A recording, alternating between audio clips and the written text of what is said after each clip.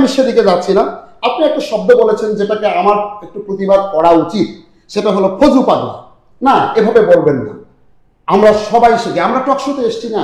আপনার একটা কথা মানুষ শুনবে, হাজারো মানুষ দেখবে, আপনার শব্দ, আপনার চৈত শব্দ। রক্ষী বাহিনীর লোক শেষ করি, যিনি কিছুদিন আগে 2 দিন আগে বলছে যে বিএনপি স্বাধীনতার দল না, যিনি রক্ষী বাহিনীর রক্ষী বাহিনীর একজন খুনি ছিল, 30,000 নেতাকে খুন করতে তার অন্যতম একজন। শোনেন, যিনি জিয়াউর রহমানের আদর্শের রাজনীতির মুখে বললেও কাজে কর্মে আলাদা, তিনি কি জানে না যে এই জিয়াউর রহমান স্বাধীনতার ঘোষক?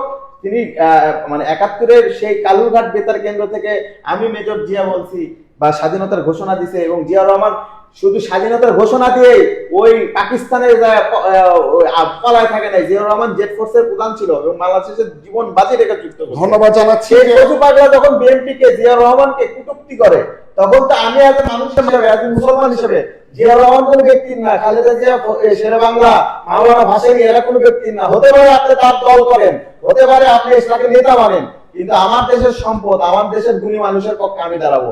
ওই ফজু পাগলাদেরকে আমরা এখান থেকে হুঁশিয়ার করে দিতে চাই। মানে বাংলাদেশের স্বাধীনতা সার্বভৌমত্বকে যদি এই যে রক্ষী বাহিনীর চেতনা দিয়ে কোনোভাবে আবার পুনরায় ঘায়েল করার চেষ্টা করে, তাহলে আমরা আমি আপনার ওই মূল বিষয়ের সাথে, সারমর্মের সাথে আমি কিন্তু দ্বিমত করছি না। আপনি যে কথাটা বলেছেন যে বাংলাদেশ রাষ্ট্রকে স্বাধীন ও সার্বভৌম দেশ হিসাবে সামনে এগিয়ে নেবার জন্য আমাদের প্রতিবেশী দেশ ভারতের যে চক্রান্ত বা যে ষড়যন্ত্র, ডক্ট্রিন অফ, যেটা হচ্ছে মূলত govern or policy to control, এই কন্ট্রোল করে যে বাংলাদেশকে একটা তাদের অধীনস্থ রাজ্যের মতো যে আচরণ করবে, তাতে যারা সহযোগিতা করবে, এটাকে আমিও কখনোই সমর্থন করি না। আমার ধারণা জাতীয়তাবাদী যারা, জাতীয়তাবাদ শব্দের মধ্যে কখনো এই বিষয়টি আসে না। আপনি অধিকটা সঠিক বলেছেন, কিন্তু আমার যেটা আপত্তির জায়গা মিস্টার সানি, সেটা হলো যে আপনি কাউকে এভাবে ফজু পাগলা বলবেন না, অন্তত সম্মান দিয়ে বলবেন। মানে আপনি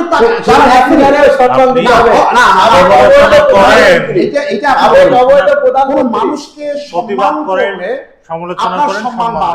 আমি তো এটাই বলছি যে আজকের সময়ের বাস্তবতা হলো, আপনাদের যে তরুণ যারা এনসিপি, আপনারা যারা এই নবাগত রাজনীতিবিদ, আপনারা রাজনীতিটাকে সুন্দরভাবে প্রজ্ঞা, মেধা, বিচক্ষণতা দিয়ে চিন্তা করবেন। জাতি চায় আপনাদের কাছে যে আপনারা প্রত্যেকটা কথা বলবেন সেটা যেন শিক্ষণীয় হয়, সেটা যেন সুন্দর শোনা যায় কানে। আপনি একজনকে কখনো কটাক্ষ করে বলবেন ফজু পাগলা, আমি তার একজন পাকিস্তানের স্বাভাবিক ভাই। এক মিনিট, পাকিস্তানের আইয়ুব খান, যারা আমার 3 লাখ মা বোনকে অনেক বক্তব্যই আমি একমত করি, কিন্তু তার জন্য তারা আক্রমণ করে কথা বলা, যারা খুন করছে, যারা ধর্ষণ করছে মুক্তিযুদ্ধের সময়, পাকিস্তানের আইয়ুব খান বা ভুট্টো বা যে ব্যক্তিগুলা, আমরা তাদেরকে সম্মান দিয়ে কথা বলবো, আমরা তাদেরকে মানে সাহেব বলে সম্বোধন করবো, স্যার বলে সম্বোধন করবো। আপনি এটা বলতে চাচ্ছেন? না, আমি খুব মর্মাহত হই, বাংলাদেশের মানুষ মর্মাহত হয়। আপনার ফজু পাগলার মতো একজন রয়্যাল এজেন্ট কি জন্য বিএনপির মতো একটা দল থেকে নাসিরউদ্দিন পাটোয়ারি ওই হবিগঞ্জে যায় ফজলু সাহেবকে নিয়ে কথা বলছে। ঠিক আছে, কিন্তু এই পাটোয়ারি বলতে পারে করতে জিকে গাউস বা কি গাউস নাকি একটা ওখানকার জনপ্রিয়, ঠিক আছে, শামীম ওসমানও জনপ্রিয় ছিল, শামীম ওসমানও জনপ্রিয় ছিল।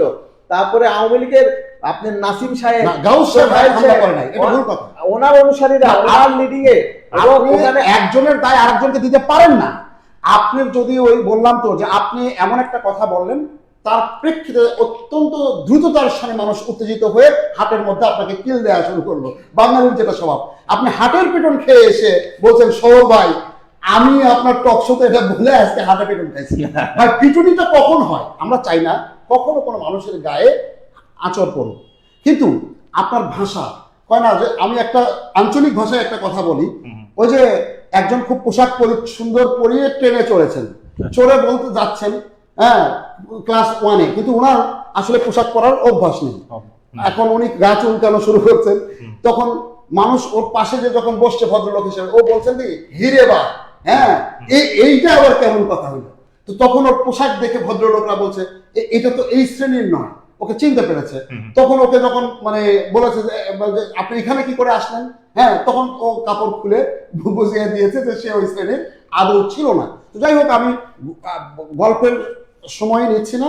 মূল কথা হলো আমাদের ভাষা, আমাদের চিন্তা, সবকিছুকে আমাদের সুন্দর হতে হবে, ভালো হতে হবে, আর আইনের প্রতি শ্রদ্ধাশীল হতে হবে। ঔদ্ধত্যপনা, অহংকার অথবা মানুষের জন্য ক্ষতিকর কোনো বিষয়, যেমন কারো সম্মান, আপনি কারো আমি তো তাকে অতটা চিনিও না, আপনিও চেনেন না, একটু নিউজ সংগ্রহ করে বা একটা ফেসবুকে দেখে একজন মানুষের একটা বক্তব্য শুনে তাকে একেবারে আক্রমণ করতে যা, এটা কিন্তু শোভনীয় নয়। একজন মানুষ ভুল থাকতে পারে, কিন্তু তাকে তার আত্মপক্ষ সমর্থনের সুযোগ দিতে হবে। অনুষ্ঠানের একদম শেষ পর্যায়ে